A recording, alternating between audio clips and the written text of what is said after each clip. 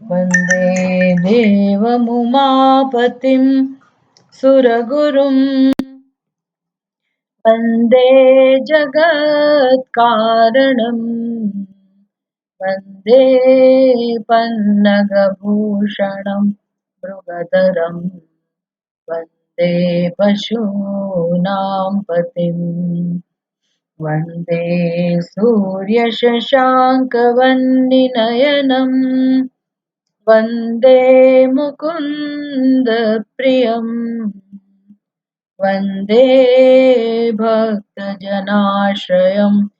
च वरदम् वन्दे शिवं शङ्करम्।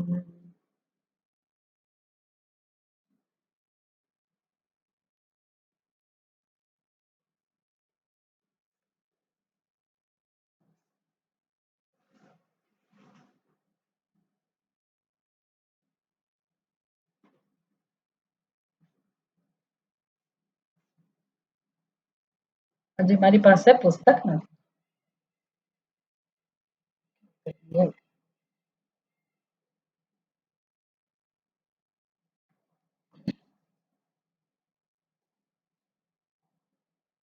તમારામાંથી કોઈ દ્વાદશ જ્યોતિર્લિંગનું સ્તોત્ર બોલો.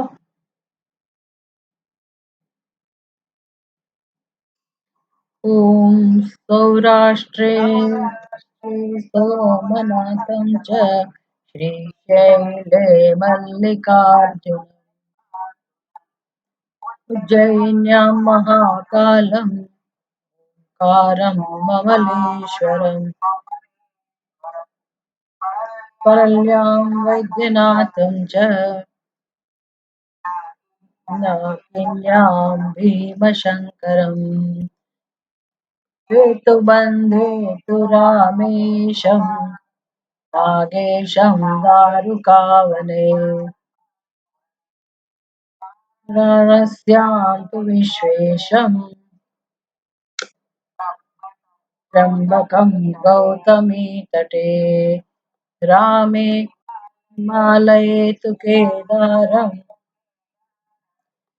विश्वेशं च शिवालये एतानि ज्योतिर्लिङ्गानि सायं प्रातः पठे नरः सप्तजन्म कृतं पापं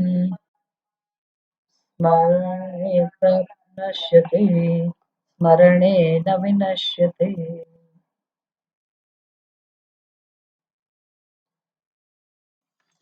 सूत जी कहते हैं, ब्राह्मणों, इस प्रकार बड़ी बड़ी लीलाएं करने वाले वे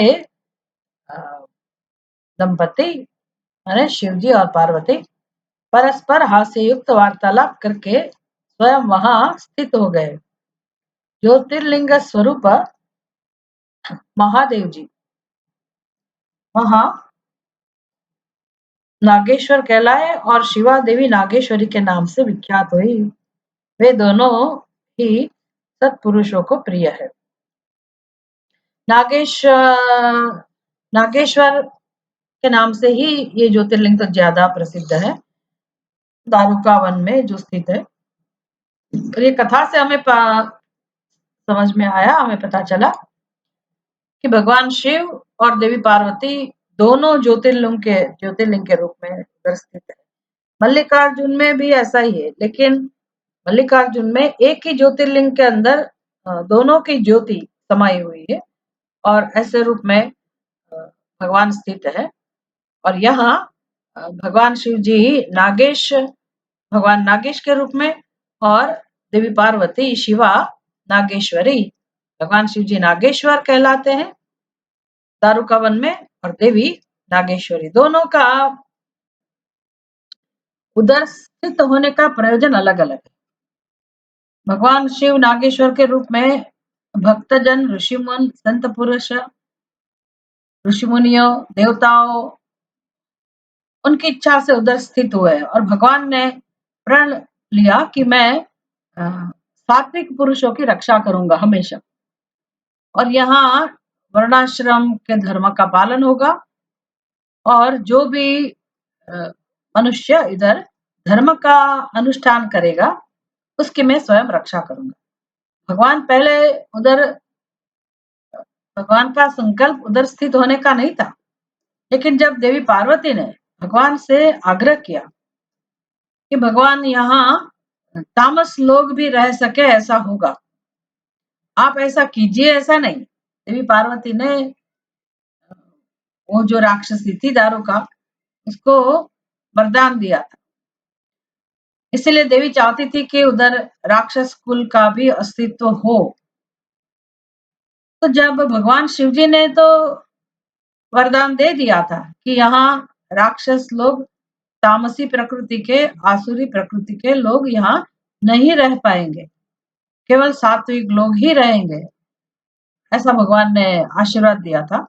लेकिन पार्वती देवी ने फिर भगवान से प्रार्थना की कि भगवान मेरा भी वचन सिद्ध होना चाहिए, सत्य स्थापित होना चाहिए, और मैंने भी ये राक्षसी दारू का, जो कि मेरी शक्ति है, मेरा ही अंग है, तो उसका भी उधर निवास हो और आसुरी तत्व वो लोग भी उधर रह सके, ऐसा मैंने भी वचन दिया है, तो आप मेरी बात भी रखिए।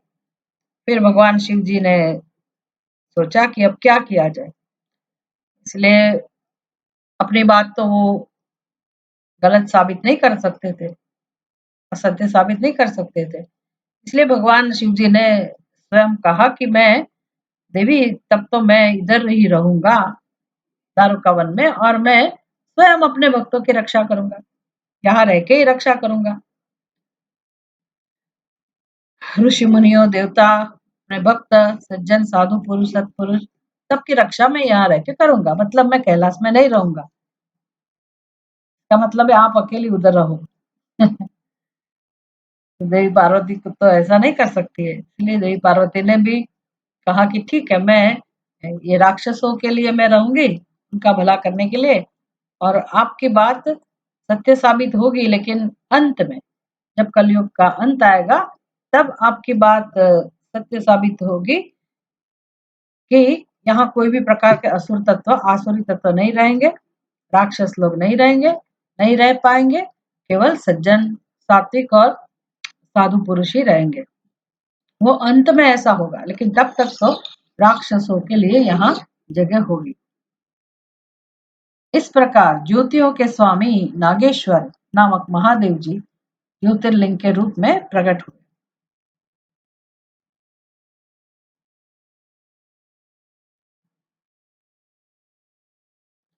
ये तीनों लोगों की संपूर्ण कामनाओं को सदा पूर्ण करने वाले हैं। जो प्रतिदिन आदर पूर्वक नागेश्वर के प्रादुर्भाव का यह प्रसंग सुनता है, वह व्यक्ति बुद्धिमान मानव महापातकों का नाश करने वाले संपूर्ण मनोरथों को प्राप्त कर लेता है, सर्वदा सुखी रहता है। अब रामेश्वर नामक ज्योतिर्लिंग के आविर्भाव तथा महात्म्य का वर्णन। सूत जी कहते हैं, ऋषियों, अब मैं यह बता रहा हूं कि रामेश्वर नामक ज्योतिर्लिंग पहले किस प्रकार प्रकट हुआ। इस प्रसंग को तुम आदर पूर्वक सुनो। भगवान विष्णु के रामावतार में जब रावण सीता जी को हर कर लंका में ले गया, तब सुग्रीव के साथ 18 पद्म वानर सेना लेकर श्री राम समुद्र तट पर आए। तो एक माप था, पद्म 18 पद्म, हमें पता नहीं इसकी संख्या कितनी होती, लेकिन ये एक गणक था, ये सांख्य संख्या का कोई मापदंड था। तो 18 पद्म, इतने ही वानर सेना लेकर श्री रामचंद्र जी समुद्र तट पर आए। ये सब हमें पता है, रामचरितमानस के अंदर, रामायण के अंदर हमने सुना है।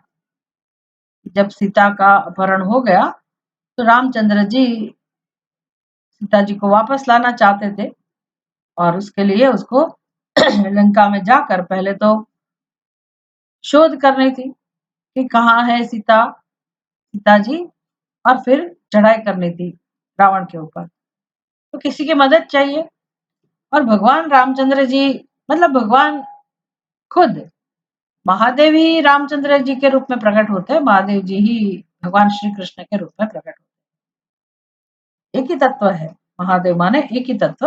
वो अनेक प्रकार से अवतार धारण करते हैं, अनेक लीलाएं करते हैं। तो भगवान का प्रयोजन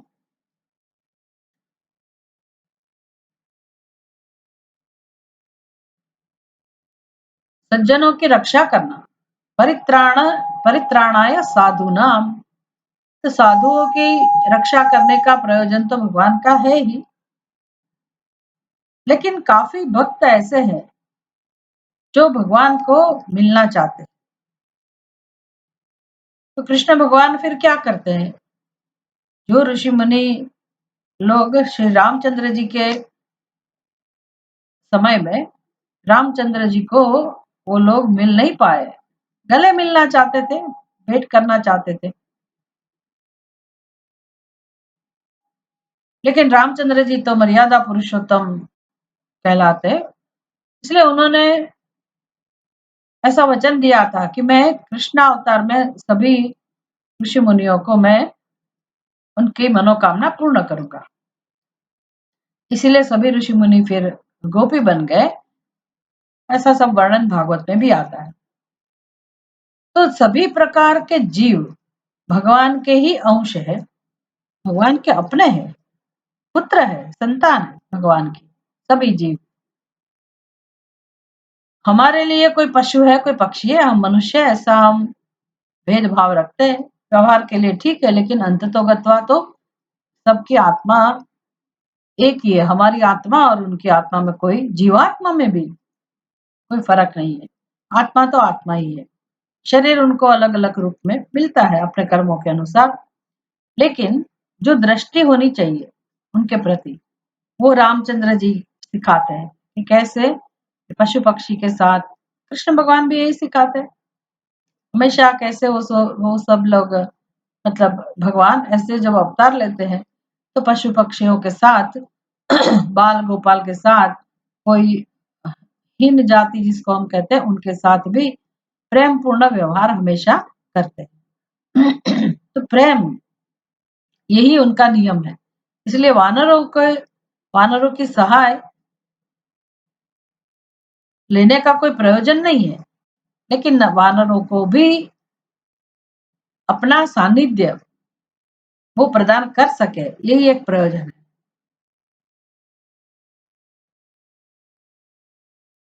जैसे वो छोटी सी गिलहरी,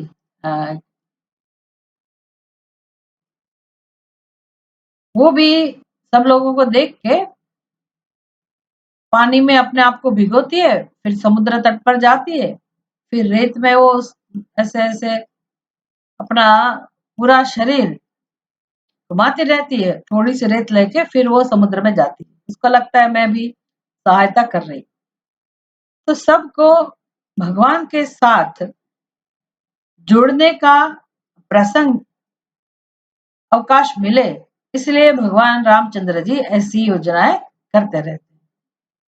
इसलिए वानरों की सब सेना बना के, इतनी सारी सेना बना के श्री राम जी समुद्र तट पर आए। वहां वे विचार करने लगे कि कैसे हम समुद्र को पार करेंगे और किस प्रकार रावण को जीतेंगे। इतने में श्री राम को प्यास लगी। उन्होंने जल मांगा और वानर मीठा जल ले आए। श्री राम ने प्रसन्न होकर वह जल ले लिया। जब तक उन्हें स्मरण हो आया कि मैंने अपने स्वामी भगवान शंकर का दर्शन तो किया ही नहीं, फिर यह जल कैसे ग्रहण कर सकता हूं। रामचंद्र जी को ऐसा स्मरण हुआ।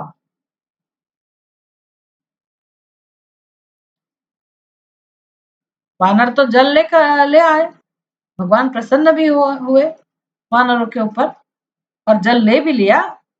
पर इतने में उनको स्मरण हुआ कि मैंने अपने स्वामी भगवान शंकर का दर्शन तो किया ही नहीं, क्योंकि श्री रामचंद्र जी उपासक थे भगवान शिव के, उनके इष्ट देवता भगवान शिव थे, तो उनकी आराधना हमेशा करते थे। हमारी बुद्धि में ऐसा है कि भगवान शिव जी भिन्न है, श्री रामचंद्र जी भिन्न है, भगवान श्री कृष्ण भिन्न है, लेकिन तत्व एक ही है, ऐसा समझाने के लिए ये इस प्रकार की कथा है इसमें आती।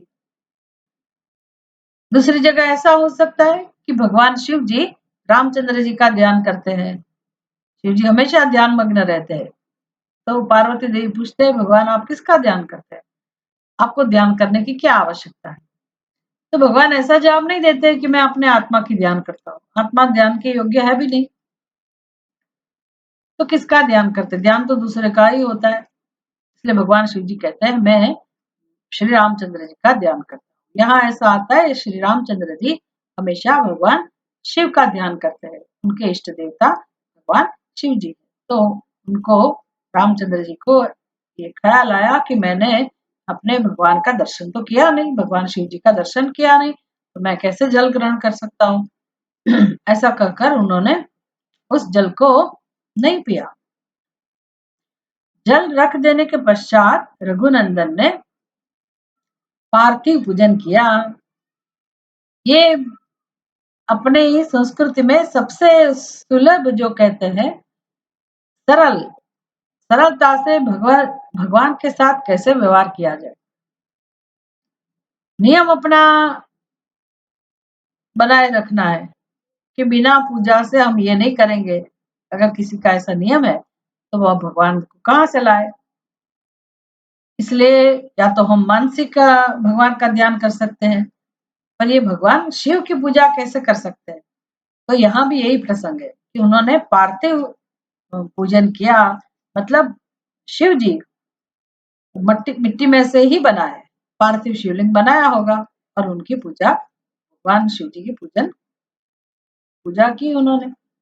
आवाहन आदि 16 उपचारों को, षोडशोपचार 16 उपचारों को प्रस्तुत करके विधि पूर्वक बड़े प्रेम से शंकर जी की अर्चना की। ये सब वर्णन इसलिए करते हैं ऋषि मुनि, सूत जी, कि ऋषि मुनियों का जीवन यही रहा है सदैव सदा। तो हमारा जीवन भी हम ऐसा बना सकते हैं, हमारे घर में इतने भी काम क्यों ना हो, लेकिन रोज थोड़ा समय निकाल कर हम अपने इष्ट देव की प्रेम पूर्वक पूजा करें। और जिस दिन छुट्टी हो या कोई विशेष दिन हो, कोई उत्सव हो, तो नित्य नैमित्तिक जिसको बोलते हैं, उसको ध्यान में रखकर हम भगवान की विस्तार से विस्तार पूर्वक हम पूजा कर सकें। पूजा का संस्कार हमारे जीवन में जब आता है तो वही हमारी रक्षा करता है, हमेशा हमें बचाता है, डिप्रेशन में जाने से बचाता है, क्योंकि जीवन में अनुकूलता प्रतिकूलता, इष्ट अनिष्ट ऐसे प्रसंग आते ही रहते हैं। अगर हम ऐसा आश्रय लेके जीने की आदत नहीं डालेंगे, हमारे जीवन में ऐसी निर्दोष क्रियाएं, निर्दोष कर्म अगर हमारे जीवन में नहीं है, तो जब तक प्रतिकूलता नहीं आती है तब तक हम प्रसन्न हैं। लेकिन कुछ भी हुआ, छोटा सा भी कुछ ऐसी छोटी सी भी घटना हुई, अशुभ प्रसंग आया, तो हम विचलित हो जाते हैं, दुखी हो जाते हैं, फिर बाहर नहीं आ पाते जल्दी से, ऐसे जीवन पूरा हो जाता है हमारा। इसलिए हमेशा मनुष्य को ये सब जानकर सत्य को साथ में रखने के लिए और प्रसन्न, अपने आप को प्रसन्न कैसे रखा जाए, तो भगवान की प्रसन्नता के लिए हम पूजा नहीं करते, हम चाहते हैं भगवान की प्रसन्नता, भगवान प्रसन्न ही होते हैं हमेशा, लेकिन जब हम पूजा करते तो हमारा चित्त प्रसन्न होता है, ये याद रखना। भगवान तो प्रसन्न ही है हमेशा, लेकिन जब ऐसे प्रेम से भगवान की पूजा नियमित रूप से करते हैं, तो ऐसे व्यवहार से हमारा चित्त हमेशा स्वच्छ भी रहता है और प्रसन्न भी रहता है। जब रामचंद्र जी ऐसा करते हैं अपने जीवन में, कृष्ण भगवान भी ऐसा करते हैं, वो सब हमें सिखाने के लिए कि जीवन सरल नहीं है।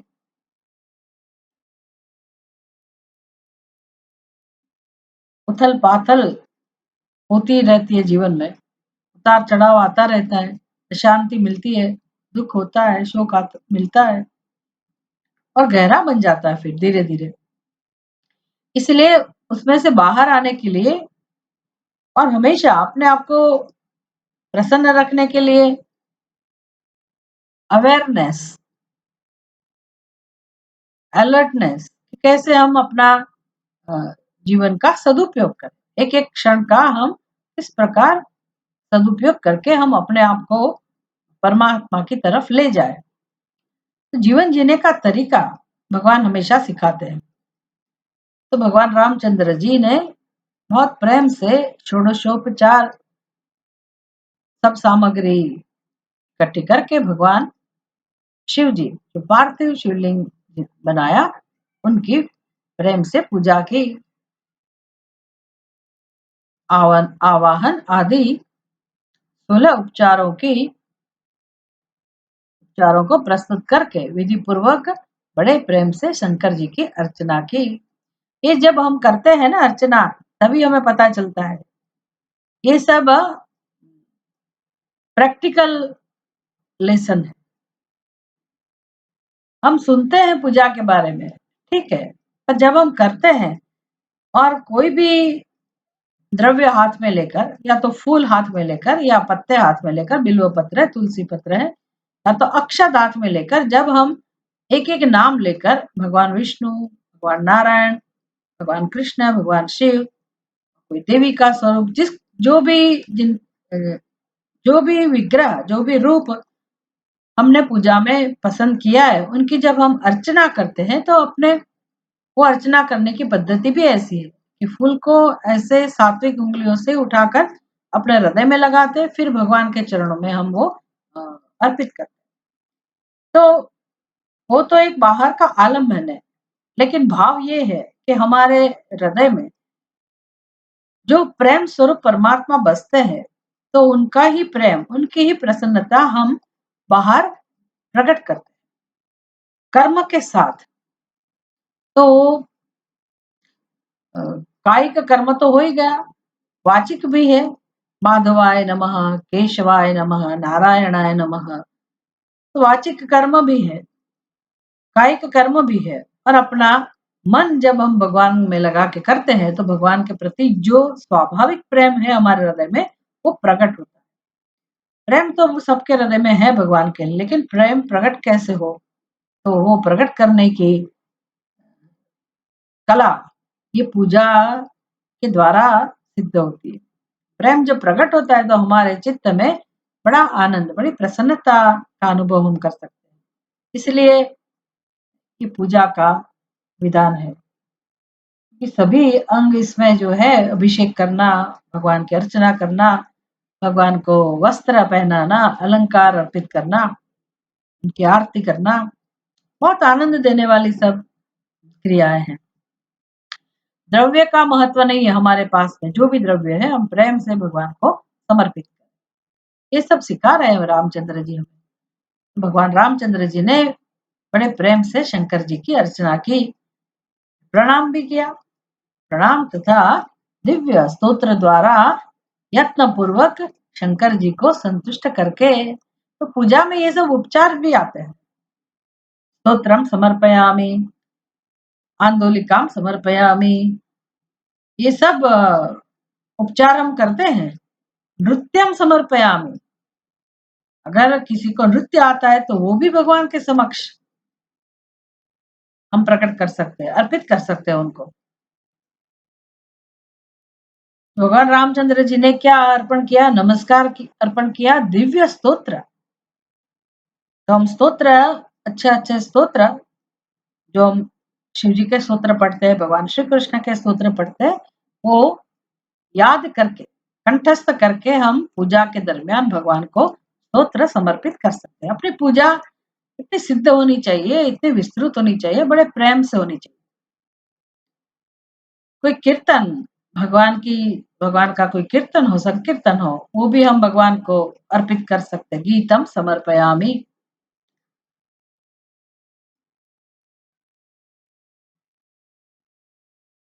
शिव जी ने ऐसा, रामचंद्र जी ने भगवान की ऐसी पूजा की, शंकर जी को संतुष्ट करके श्री राम ने भक्ति भाव से उनसे प्रार्थना की। बाद में प्रार्थना करने का अधिकार मिलता है हमको, और भगवान कहते क्यों नहीं, मांगो मांगो, प्रेम से मांगो, मैं प्रसन्न हूँ।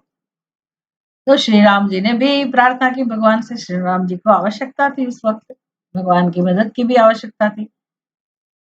उत्तम व्रत का पालन करने वाले मेरे स्वामी देव महेश्वर, इसका मतलब है महेश्वर भगवान शिव भी व्रत का पालन करने वाले, व्रत प्रिय है।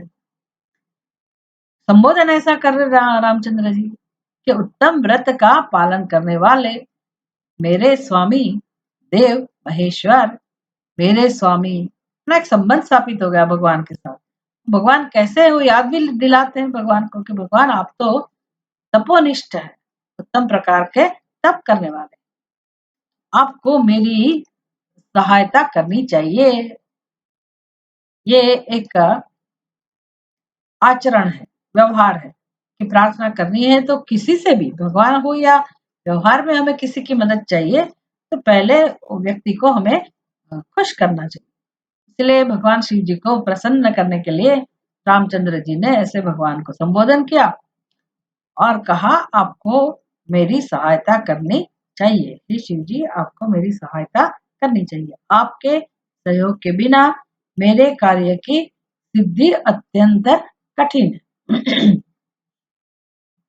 हमें क्या कार्य सिद्ध करना है, जीवन जीना ही कठिन है।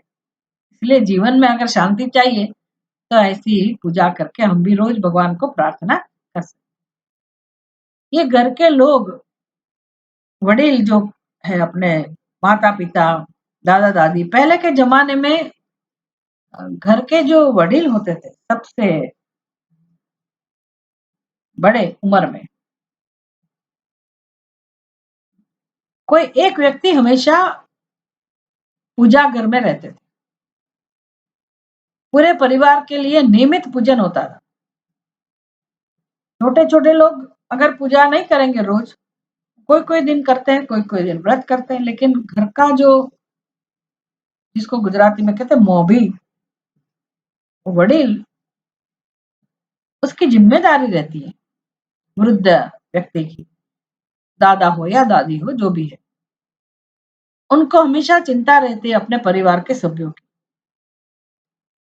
तो वो घर की जिम्मेदारी समझते थे कि किसी, कोई ना कोई दिन कुछ ऐसी प्रतिकूल स्थिति आएगी, आती रहती है, और काल हमेशा इर्द गिर्द रहता ही है, घुमराता रहता है।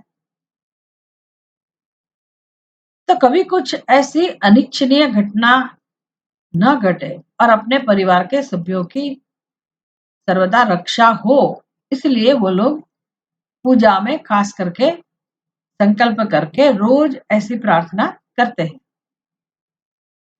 हमें सीखना चाहिए, हमें भी ऐसा करना चाहिए। अगर घर की चिंता है, घर के लोगों की, अपने परिवार की, परिवारजनों की, या तो संतानों की, तो पूजा करके हमें हमेशा ये भगवान से प्रार्थना करनी चाहिए, भगवान सब सबका भला करना, सबकी रक्षा करना, सबको सद्बुद्धि देना। डेली प्रेयर घर में होनी ही चाहिए। जीवन सरल नहीं है, अत्यंत कठिन है। इसलिए रामचंद्र जी ने भी अपनी कठिनाई, प्रतिकूल परिस्थिति को, का उकेल कैसे लाया जाए, उसके लिए भगवान शिव जी से प्रार्थना। आपके सहयोग के बिना मेरे कार्य की सिद्धि अत्यंत कठिन है। और भगवान की स्थिति कैसी है, जिसके साथ युद्ध करना है वो भी भगवान का भक्त है।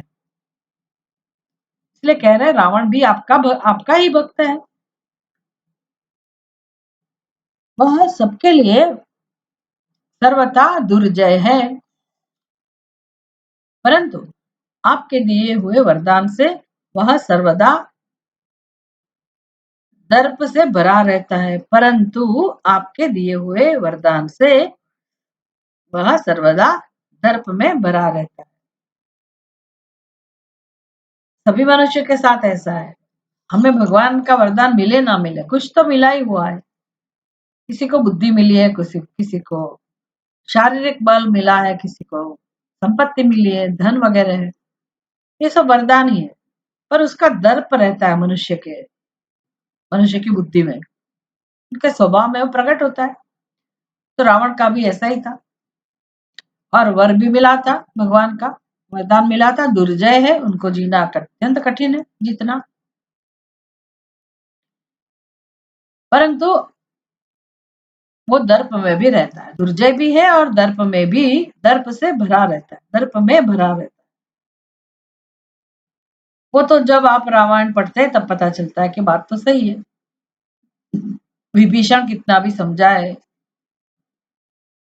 प्रिय पत्नी मंदोदरी वो कितना भी समझाए, वो किसी के मानता नहीं था।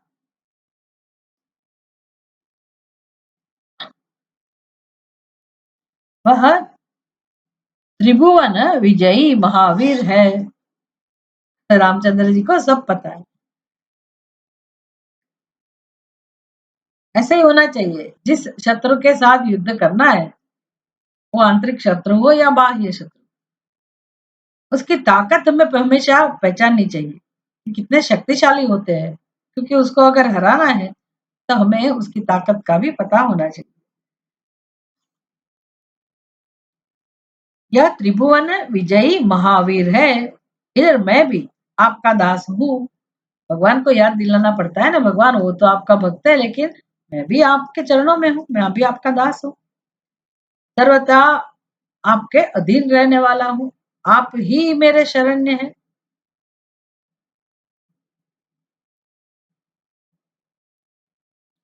रसिया में तो शरण तिहारी। ये सदाशिव यह विचार कर आपको मेरे प्रति पक्षपात करना चाहिए। भगवान पक्षपाती बनते हैं भक्त के लिए।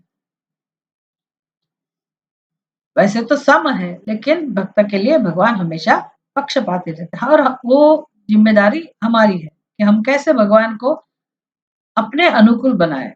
अगर हम धर्म के पक्ष में है, सत्य के पक्ष में है, तो भगवान हमेशा हमारा पक्ष स्वीकार करते हैं और हमारे लिए पक्षपाती बन जाते हैं। सूत जी कहते हैं, इस प्रकार प्रार्थना और बारंबार नमस्कार करके उन्होंने उच्च स्वर से कहा, जय शंकर, जय शिव इत्यादि का उद्घोष करते हुए शिव का स्तवन किया। फिर उनके मंत्र के जप और ध्यान में तत्पर हो गए, तो भगवान के ध्यान में बैठ गए। तत्पश्चात पुनः पूजन करके वे स्वामी के आगे नाचने भी लगे। रामचंद्र जी नाचने लगे, ये जरा आश्चर्य होता है सुन के। उस समय उनका हृदय प्रेम से द्रवित हो रहा था। इसका मतलब है उनका नाचना तो नृत्य कहे, वो सहज प्रेम से, सहज रूप में प्रकट हुआ है। निश्चय करके नृत्य किया ऐसा नहीं, भाव अभिव्यक्त हो रहा है भगवान के प्रति। उस समय उनका हृदय प्रेम से द्रवित हो रहा था। फिर उन्होंने शिव के संतोष के लिए गाल बजाकर अत्यंत अव्यक्त शब्द किया।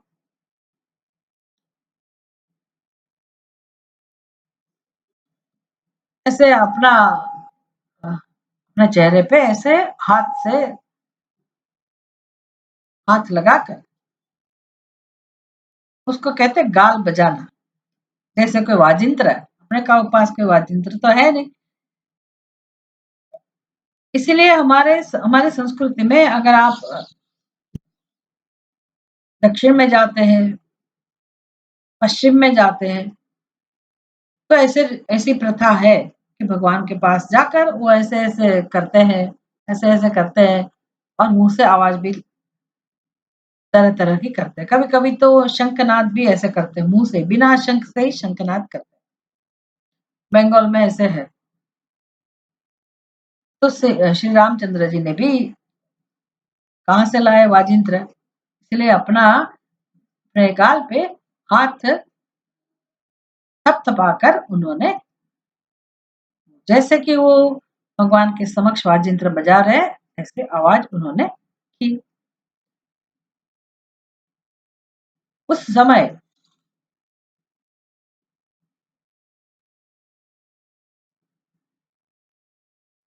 यहाँ क्या शब्द प्रयोग किया? सूत जी कहते हैं कि शिव के संतोष के लिए गाल बजाकर अव्यक्त शब्द किया। तो भगवान शिव जी जैसे डमरू बजाते हैं, तो अव्यक्त शब्द को प्रकट करते हैं। हमें तो कुछ आवाज सुनाई देगी, ये डमरू की आवाज है, इससे ज्यादा हम कुछ समझ नहीं पाएंगे, लेकिन पाणिनि महर्षि जैसे विद्वान ऋषि अगर सुनते हैं शब्द, और वो भी भगवान के डमरू के शब्द, डमरू का नाद जब सुनते हैं, तो उनको पाणिनि के सूत्र सुनाई देते हैं। अयुण, रुलरुक, एओंग, जितने भी पाणिनि के सूत्र है उनको उसमें सुनाई दिए। उन्होंने फिर टपका दिए सब और फिर व्याकरण का विस्तार किया। तो भगवान शिव जी को नाद पसंद है, इसलिए रामचंद्र जी ने ऐसे अपने गाल बजाकर अव्यक्त शब्द किया मतलब आवाज।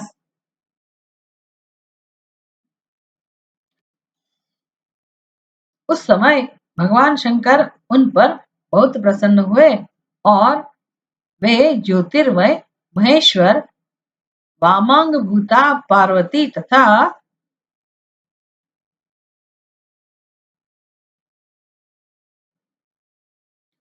पार्षद गणों के साथ शास्त्रोक्त निर्मल रूप धारण करके तत्काल वहां प्रकट हो गए। भगवान शिव जी ने रामचंद्र जी की प्रार्थना सुनी और वो पार्वती के साथ और अपने गणों के साथ वहां शास्त्रोक्त निर्मल रूप धारण करके तत्काल वहां प्रकट हो गए। श्री राम की भक्ति से संतुष्ट चित्त होकर महेश्वर ने उनसे कहा, श्री राम, तुम्हारा कल्याण हो, वर मांगो। उस समय उनका रूप देखकर वहां उपस्थित हुए सब लोग पवित्र हो गए। भगवान का ऐसा रूप था, इतने निर्मल स्वरूप में भगवान प्रकट हुए, तो उनका दर्शन करके उधर जितने भी लोग थे वो सब भी पवित्र हो गए। जैसे हम गंगा के किनारे जाते हैं तो गंगा जी के पास थोड़ी क्षण रहकर भी हम अपने आप को पवित्र महसूस करते हैं, अगर स्नान नहीं किया तब भी। गंगा जी का सानिध्य थोड़ा सा भी हो उनके ऊपर से जो शीतल लहरें आती है अपने को स्पर्श करती है, तो कैसे हम शीतलता का पवित्रता को अनुभव करते हैं, पवित्रता महसूस करते हैं। इस प्रकार भगवान शिव जी इतने निर्मल स्वरूप में उधर प्रकट हुए, तो उधर जितने भी लोग थे वो भी अपने आप को पवित्र महसूस करने लगे, पवित्र हो ही गए, सब लोग पवित्र हो गए। शिव धर्मपरायण शिव धर्मपरायण श्री राम जी ने, ये सूत जी हमेशा राम जी के लिए ऐसे विशेषण दर्शाते रहते कि रामचंद्र जी कैसे है। तो यहाँ एक विशेषण है शिव धर्म परायण। शिव धर्म परायण मतलब धर्म परायण, लेकिन शिव जी को जिस प्रकार का धर्म पसंद है उस प्रकार से शिव जी को, धर्म तो एक ही है, लेकिन शिव जी को जिस प्रकार से धर्म का आचरण पसंद है, ऐसा ही आचरण करने वाले श्री राम जी, उन्होंने फिर भगवान शिव का स्वयं पूजन किया। जो भगवान शिव अपने समक्ष प्रकट हुए थे उनका बड़े प्रेम से रामचंद्र जी ने उनकी पूजा की, उनका पूजन किया। फिर भांति भांति की स्तुति एवं प्रणाम करके उन्होंने भगवान शिव से लंका में रावण के साथ होने वाले युद्ध में अपने लिए विजय की प्रार्थना की। मतलब प्रार्थना करनी है तो उसके लिए पहले वातावरण बनाना पड़ेगा। ऐसा नियम हमको समझा रहे हैं कि कुछ भी चाहिए भगवान से कुछ भी प्रार्थना करनी है तो भगवान को अपनी तरफ लाने के लिए, अनुकंपा का आवाहन करने के लिए हमें कुछ करना पड़ेगा, कुछ एटमॉस्फेयर क्रिएट करना पड़ेगा। ये तो व्यवहार में भी ऐसा होना चाहिए, नहीं तो हमारी प्रार्थना कोई सुनता नहीं है। लोग कहते हैं भगवान को क्या आवश्यकता है, भगवान तो सब जानते हैं, उनको प्रार्थना करने की क्या आवश्यकता है, वो दे ही देंगे। ऐसे भगवान नहीं देते। हमें जो चाहिए वो देते हो। भक्त की बात अलग है, लेकिन जब जिसको अपने संसार में व्यवहार में किसी चीज की आवश्यकता है, कुछ परिस्थिति का सामना करना है, तब हमें हमें हमें सब याद रखना चाहिए कि हमारा भाग्य या कोई विशेष कारणभूत है जो प्रतिकूलता के रूप में प्रकट हुआ। इसलिए हमें नम्र होकर भगवान का अनुग्रह हमारे ऊपर हो, काल से भी हमें भगवान बचाए, हमारी रक्षा हो। इस प्रकार हमें प्रेम से भगवान का अनुग्रह प्राप्त करने के लिए भगवान को पहले खुश करना चाहिए, प्रसन्न करना चाहिए। यही नियम है और कोई नियम नहीं। तभी हम प्रार्थना करने के अधिकारी बन सकते हैं। हमें कुछ करना चाहिए, फिर हम प्रार्थना कर सकते हैं। तो रामचंद्र जी ने ऐसा किया और विजय की प्रार्थना की। तब राम भक्ति से प्रसन्न हुए महेश्वर ने कहा, महाराज तुम्हारी जय हो। ये भगवान शिव जी के शब्द है।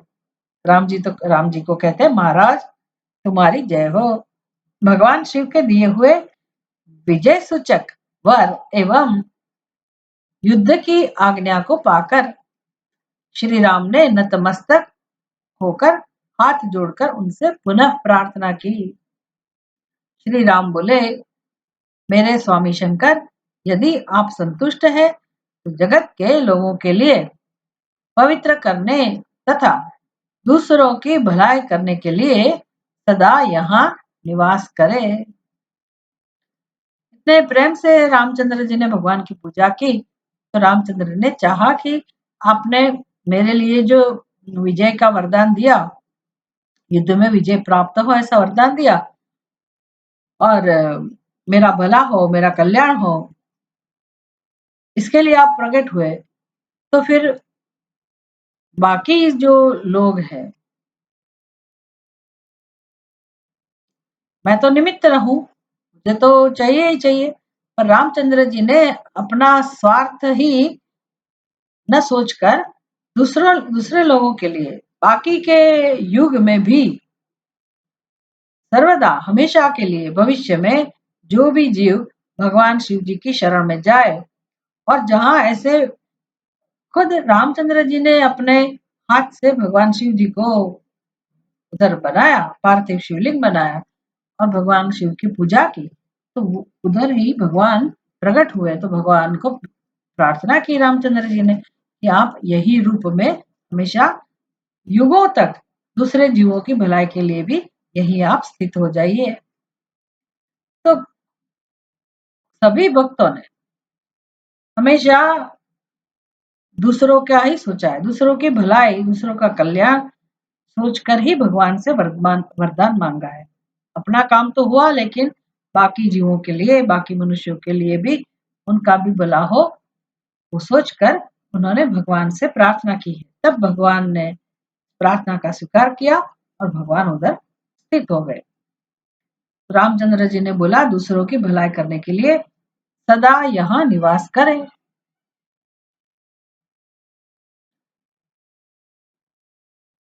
जगत के लोगों को पवित्र करने के लिए तथा दूसरों की भलाई करने के लिए सदा यहाँ निवास करे। सूत जी कहते हैं, श्री राम के ऐसा कहने पर भगवान शिव वहां ज्योतिर्लिंग के रूप में स्थित हो गए। तीनों लोकों में रामेश्वर के नाम से उनकी प्रसिद्धि हुई। उनके प्रभाव से ही अपार समुद्र को अनायास पार करके श्री राम ने रावण आदि राक्षसों का शीघ्र ही संहार किया और अपनी प्रिया सीता को प्राप्त कर लिया। तब से इस भूतल पर रामेश्वर की अद्भुत महिमा का प्रसार हुआ। अगर आप वाराणसी जाते हैं तो दक्षिण भारत के लोग वाराणसी जाते हैं भगवान विश्वेश्वर के दर्शन करने के लिए, तो वहां से संकल्प लेते हैं कि मैं यहाँ से गंगा जल लाके फिर रामेश्वर जाऊंगा और रामेश्वर में भगवान शिव का अभिषेक कर फिर वापस उधर से रामेश्वर से फिर वो उधर से रेत लेके फिर उधर बनारस आते। ऐसी भी महिमा है, मान्यता है लोगों की। पर हमारे यहाँ बड़े प्रेम से श्रद्धा से लोग ज्योतिर्लिंग के दर्शन करते हैं। इसके पीछे का कारण यही है कि रामचंद्र जी को तो इतना युद्ध रूपी कार्य, कठिन कार्य करना था, असुर के साथ युद्ध था और सीता माता को वापस लाना था। हमारे जीवन में तो ऐसा कठिन काम तो है नहीं, पर फिर भी जो हमें जो कठिन लगते हैं जितने भी कार्य, तो उसका उपाय हमेशा है। किस रूप में है? ये ज्योतिर्लिंग के रूप में। आप अगर ऐसे संकल्प करते हैं कि हम भी हमारी ये मनोकामना पूर्ण हो जाए, हमारी ये मुश्किल दूर हो जाए, हमारा कार्य सिद्ध हो जाए, तो हम भी रामेश्वर भगवान की पूजा करेंगे, रामेश्वर भगवान के दर्शन करेंगे, पवित्र होंगे, तो अवश्य हमें वो फल मिलता है।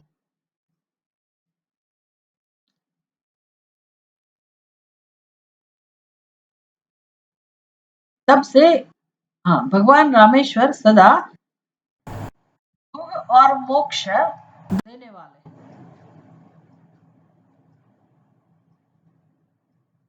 भगवान रामेश्वर, जो रामेश्वर ज्योतिर्लिंग है उनकी बात कर रहे हैं। भगवान रामेश्वर मतलब वो ज्योतिर्लिंग सदा भोग और मोक्ष देने वाले तथा भक्तों की इच्छा पूर्ण करने वाले हैं। जो दिव्य गंगा जल से रामेश्वर शिव को भक्ति पूर्वक स्नान कराता है, वह जीवन मुक्त भी है। इस संसार में देव दुर्लभ समस्त भोगों का उपभोग करके अंत में उत्तम ज्ञान पाकर वह निश्चय ही कैवल्य मोक्ष को प्राप्त कर लेता है। इस प्रकार मैंने तुम लोगों को भगवान शिव के रामेश्वर नामक दिव्य ज्योतिर्लिंग का वर्णन किया, जो अपनी महिमा सुनाने वालों के समस्त पापों का अपहरण करने वाला है। अभी कितने शिवलिंग बाकी है? घुष्मेश्वर। घुष्मा की शिव भक्ति से, घुष्मा भक्त का नाम है, भक्त था, उसकी शिव भक्ति से उसके मरे हुए पुत्र का जीवित होना, तो भगवान की कृपा से उसका मृत पुत्र जीवित हो गया। इसलिए भक्त के नाम से ज्योतिर्लिंग का नाम पड़ा घुष्मेश्वर। घुष्मा ईश्वर, दोनों शब्द मिलकर घुष्मेश्वर शब्द। कोई दूसरा नाम भी है, कोई दृष्णेश्वर ऐसा भी बोलते हैं, लेकिन यहाँ घुष्मा नाम का भक्त है और घुष्मेश्वर वो शिवलिंग का नाम है, ज्योतिर्लिंग का नाम है। वो ज्योतिर्लिंग, उनका प्रादुर्भाव तथा उनकी महिमा का वर्णन आगे करते हैं सूत जी, हम कल देखेंगे। ओम पूर्णमदः पूर्णमिदं पूर्णात् पूर्णमुदच्यते पूर्णस्य पूर्णमादाय पूर्णमेवावशिष्यते।